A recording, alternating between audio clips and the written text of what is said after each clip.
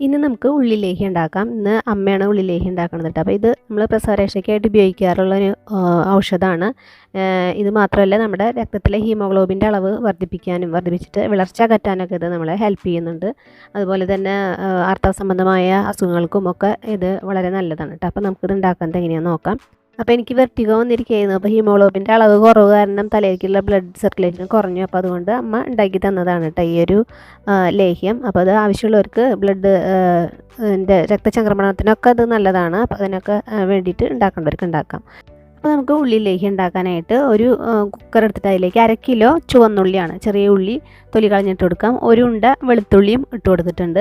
പിന്നെ അതിലേക്ക് 2 ടീസ്പൂൺ ഉലുവയാണ് കേട്ടോ. അത് കുതിർത്തതാണ്, തലേദിവസം കുറച്ച് വെള്ളത്തിൽ കുതിർത്തിട്ട് ആ വെള്ളത്തോടക്കണേ തന്നെ ഇട്ടിട്ട് ഒന്നിച്ചിട്ടിട്ട് ഒന്ന് വേവിച്ചെടുക്കുന്നുണ്ട്. ഒരു 1/4 ഗ്ലാസ്സോളം വെള്ളം ഒഴിച്ചു കൊടുത്തിട്ടുണ്ട്. വെള്ളം വളരെ കുറച്ച് ഒഴിച്ചാൽ മതി. നമ്മൾ ഇപ്പോൾ ഒഴിച്ചത് കുറച്ചൊന്ന് കൂടി നിൽക്കുന്നുണ്ട്.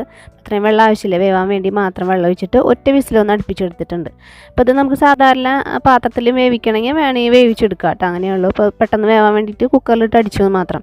അതായത് ഒന്ന് ആവി പോയി അതിന് ശേഷം തുറന്ന് ചൂടാറിയതിന് ശേഷം മിക്സി ജാറിലേക്ക് മാറ്റിയിട്ടുണ്ട്. അതിൻ്റെ ഒപ്പം 1/2 കപ്പ് തേങ്ങ ചെരുകിയതാണ് കേട്ടോ, അതും കൂടി ഇട്ടെടുത്ത് പൾസ് മോഡിൽ 2 തിരി ഒന്ന് തിരിച്ചെടുത്താൽ മതി. അതുപോലെ ഒന്ന് മതി, അല്ലാണ്ട് ഫൈനാക്കി അരക്കരുത് കേട്ടോ. അപ്പോൾ ഉലുവയൊക്കെ ആയ കാരണം നല്ല കനപ്പ് ഇങ്ങോട്ട് വരും.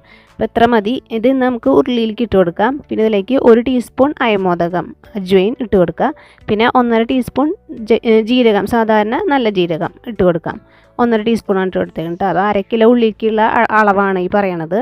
ഇതൊന്ന് വലിയിച്ചെടുക്കുകയാണ് വേണ്ടത്. ഇപ്പോൾ വെള്ളം ഒരു ലേശം കൂടുതൽ നിൽക്കുന്നുണ്ടായിരുന്നു, കാരണം കുറച്ച് നേരമായിട്ടൊന്ന് വലിയിച്ചെടുക്കേണ്ടി വന്നു.